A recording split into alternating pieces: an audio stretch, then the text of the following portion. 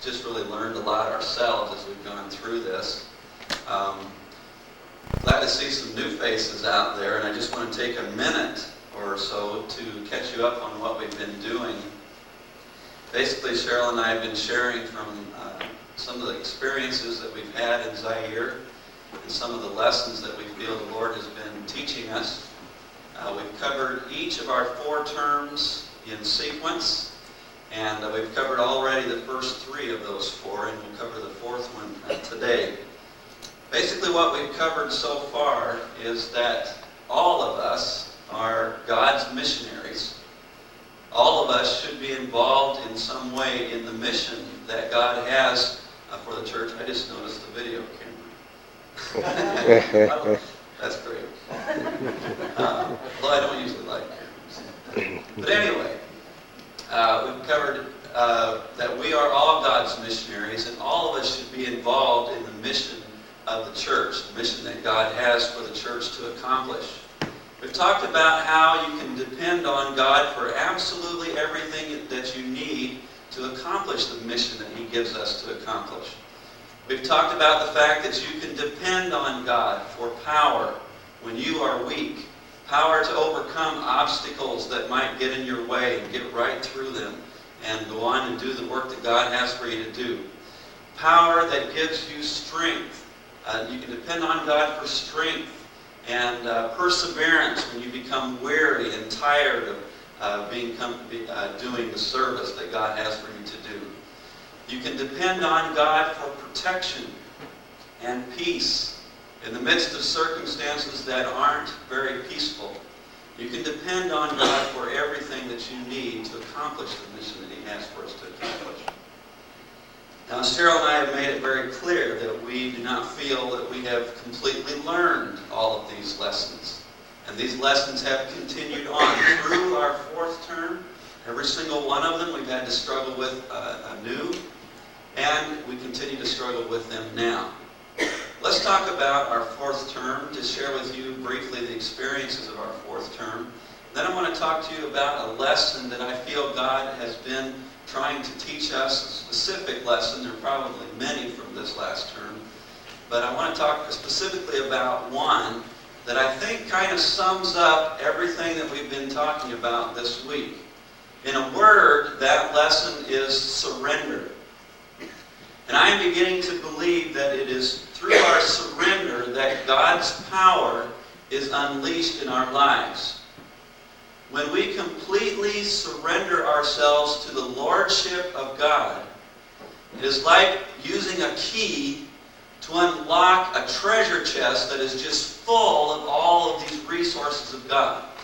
That is what I'm beginning to believe, and that's what I want to share with you. Let's just talk about our 4th term first. I think most of you are familiar with what's happened during this 4th term.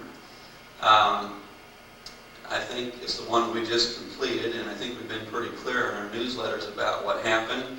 Not only that, but about a year ago, we shared pretty openly with this congregation what we were going through and the decision to close out our work in Zaire.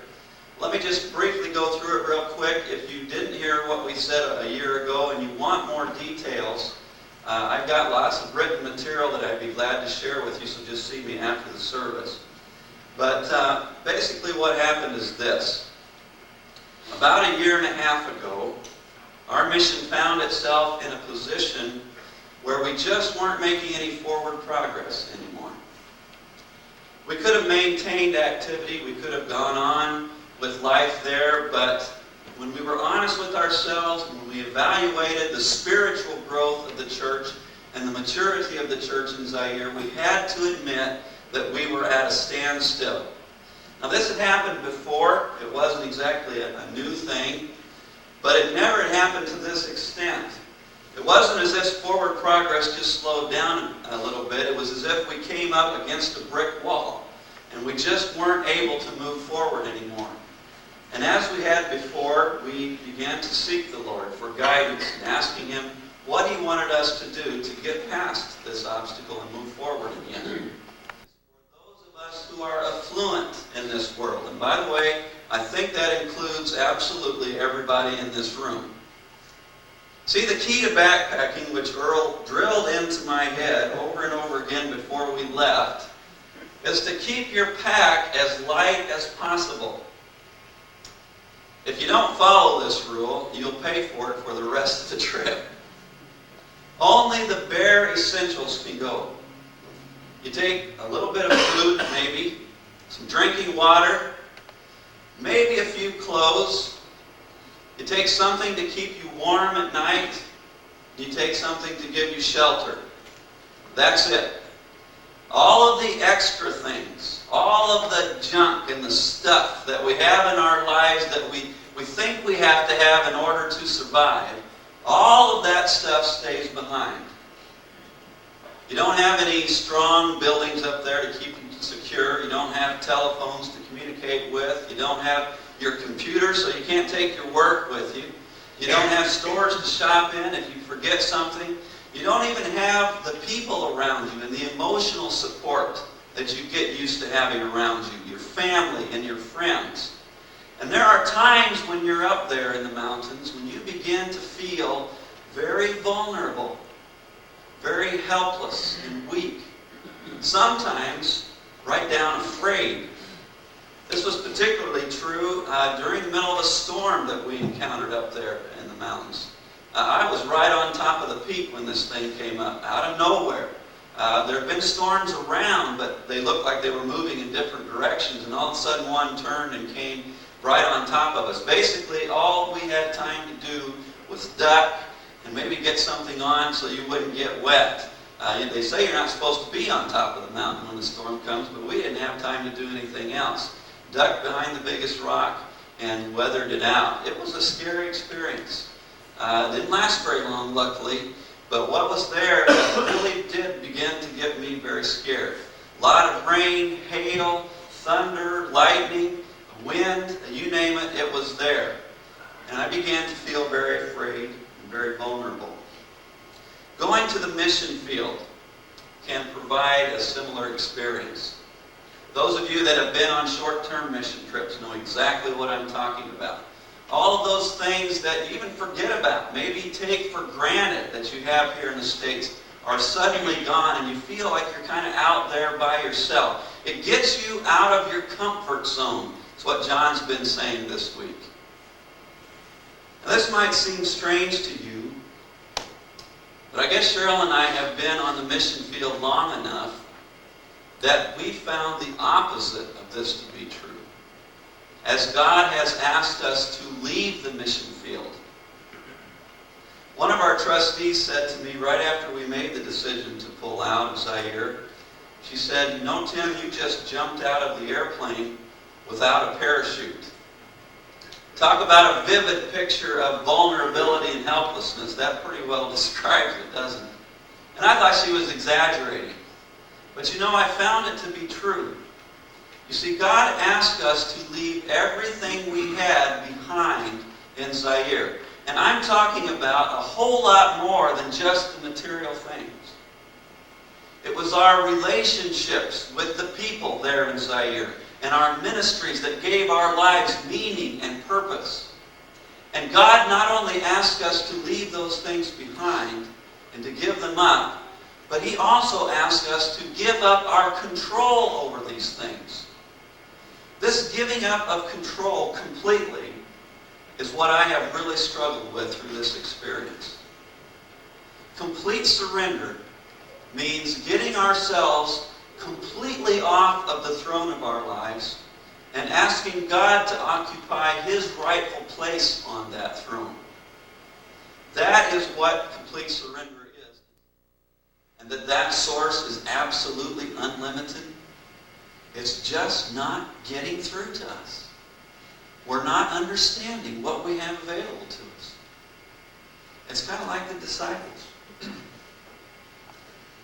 we move backwards in Matthew, I'm going backwards instead of forwards, but if we go back to Matthew chapter 14, we find Jesus feeding 5,000 people with 2 fishes and a few loaves. Even though the disciples thought that was absolutely impossible, Jesus did it.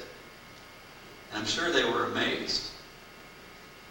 Just a few hours later, Matthew chapter 14, verses 22 through 33, find Jesus walking out on the water in the middle of the storm. Remember that? He steps into the boat with his disciples, and immediately the wind and the waves stop. Everything's calm.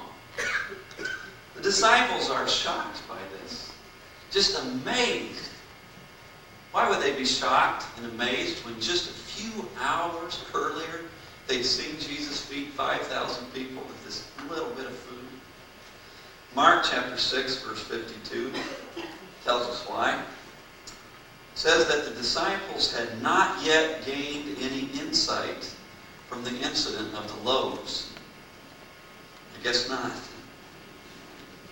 Matthew chapter 15, verses 32 through 39.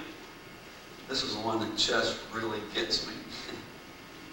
Another crowd of hungry people. 4,000 this time, not 5. Jesus wants to feed them. What do you think his disciples' reaction was? Surely they were his cheering section. Yes, Lord, we believe you can do that. In fact, just a few months ago, we saw you feed 5,000 people, so 4,000 should be no problem for you. Is that what they said? Verse 33. Lord, where would we get so many loaves in a desert place like this to satisfy such a great multitude? Can you believe they said that? And then just a few months later comes the incident of the failure to heal the epileptic boy that we've already talked about. And find out where their minds really are. Who is the greatest in the kingdom of heaven? The problem is clearly identifying. There is a lack of faith and a lack of humility. How could the disciples have a lack of faith and a lack of humility? Didn't they know who Jesus was? Didn't they know that they had God himself right there in their midst? Sometimes you get the idea that they didn't. But before we're too hard on the disciples, let me ask you this question.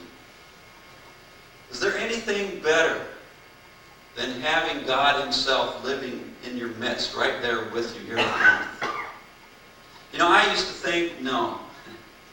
I used to think, man, wouldn't it have been great to be one of the disciples and have Jesus right there with you, walking and talking with you and teaching you? Wouldn't that have been the ultimate for a child of God? But what about having God himself living right inside of us? Never absent, never by ourselves, always available to us. Do you remember what Jesus said in John chapter 16, verse 7? But I tell you the truth, it is to your advantage that I go away. This is what he said to his disciples just before he was about to leave them. Can you imagine what their reaction to that was? What, Lord, you're going to leave us? They were just beginning to figure out who he really was. If you read chapter 16, you'll see that. Just beginning to figure out who he was. And now he says he's going to leave. But then Jesus goes on to say, because when I leave, then the helper can come. Who is the helper? God's Spirit that lives inside of every one of us that are children of God. Yes, it's a shame that the disciples had God himself living right there in their midst and they didn't seem to understand it or know it or take advantage of it. But it is even more of a shame that we have God himself living inside of us and sometimes we don't know it. And we have often failed, though he is in our lives, to jump off of the throne of our lives and onto our knees. And have often failed to invite him to occupy his rightful place on the throne of our lives. And because of this, have remained powerless in a world that desperately needs to see God's power. So I've decided treasure chest full of resources. power when we are weak, strength and perseverance when we get tired, protection and peace when we are in danger, and a host of other things that I'm sure we will go on to experience if we will surrender everything to Him. If we will get off of the throne and onto our knees and invite God to occupy His place there. Thanks for the opportunity to share with you. We've really enjoyed being with you this week. We really have.